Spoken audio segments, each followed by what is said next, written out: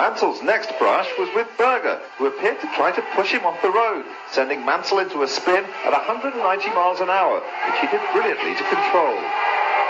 Mansell's trip over the grass had forced debris into his radiator, and a few laps later, it ended a race he thought had been his. With Prost out of touch with the leaders, the Englishman's demise capped the Tifosi's misery.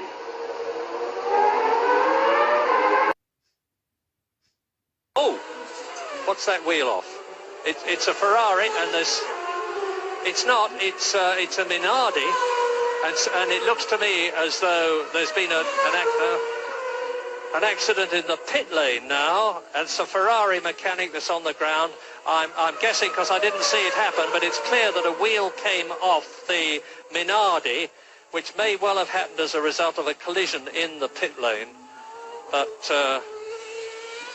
now this is the last thing that the San Marino Grand Prix needs, and there's chaos in the pit lane. There's a danger of cars coming in at high speed. And, well, that is a Minardi. I can't see whether it's Alboretto's Minardi.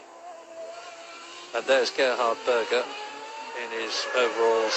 Yes, it might be, in fact, that the right rear wheel clearly has come off the car, possibly because it was not put on properly with these very rapid pit stops. The big responsibility on the mechanics and the team. And here we have a replay. Yes, you saw the wheel fly off Alboretto's car. I hope I'm not maligning the team when I suggest that the wheel may not have been put on properly. But it's not a situation where you would expect him to hit another car forcibly enough to remove a rear wheel. And there are now only 12 cars running out of the 25 who started this race. No, I certainly agree there, Murray. There is nothing in the pit lane that can be hit.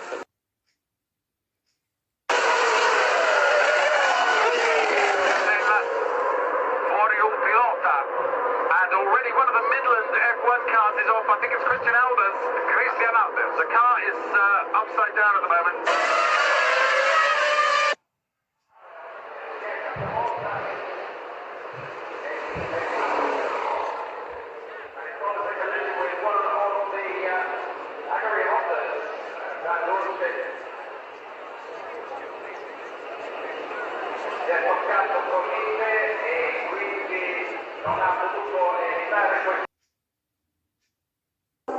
Certainly the Renault engine looks pretty powerful,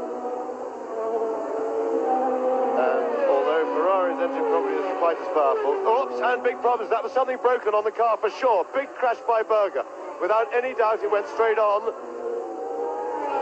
And, oh, heavens above, this is dreadful. This is there are no words that can add to this appalling picture.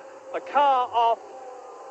And thank heavens there is a fire tender on the spot immediately. The drivers at least have pure air piped through to their helmets due to a special valve, and the fire is out. There is some relief. Now they must keep those fire extinguishers going.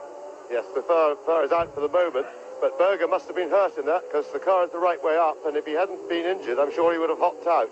And here's a replay. You see the Ferrari going off there, onto the grass, into the wall. Yes, you see that in fact something broke on the car because it just went straight on. The car did not respond at all to Berger's turning the corner, and that was a very heavy impact. Remember, Nelson Piquet last year or the year before had a similar accident at the same corner. Very well, it's going through the Marlboro, yes. Literally, something in that Marlboro chicane went very badly wrong indeed, and it looks to me like something in the left front suspension, and the steering you can see, maybe that was, and a very, very big impact indeed. High up into the tyre barrier. Here at Imola, at the conclusion of this afternoon's final qualifying session for tomorrow's San Marino Grand Prix, I sadly have to report that the news is bad. 20 minutes into the 1 hour session, the very popular Austrian driver, Roland Ratzenberger, unaccountably went off the circuit at some 190 miles an hour, straight into a concrete barrier at the side of the track. His car disintegrated, and by the time it had stopped, Roland was not only very clearly unconscious, but even more clearly in a very sick condition indeed.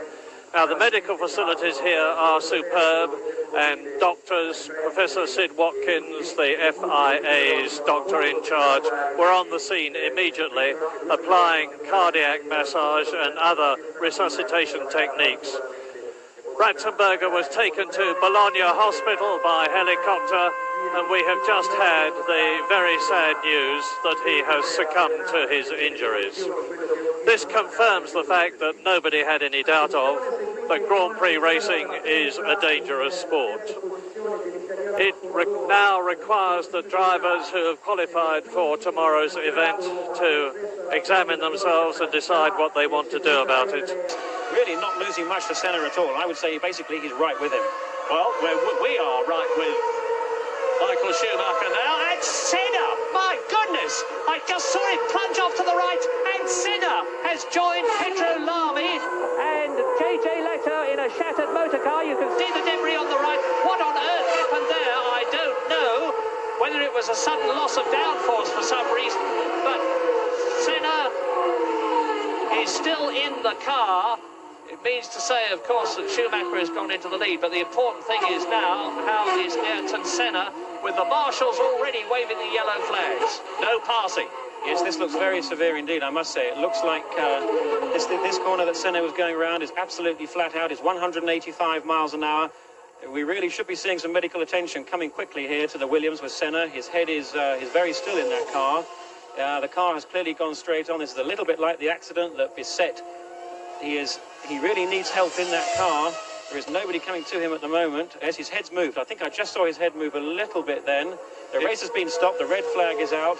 This looks a little bit like a problem with the car, as beset Berger at this very point 4 years ago in his Ferrari. And it's where Nelson Piquet went off in the Williams some years ago in similar circumstances, and thank heavens he was all right. I must say I have concern at the fact that A, Senna is sitting in the car still, not moving, and B, surprisingly, there is not a lot of action. And here it is. Now look, he's going into the left-hander tremendously fast, and he runs wide and goes straight off. Doesn't even attempt to take the corner.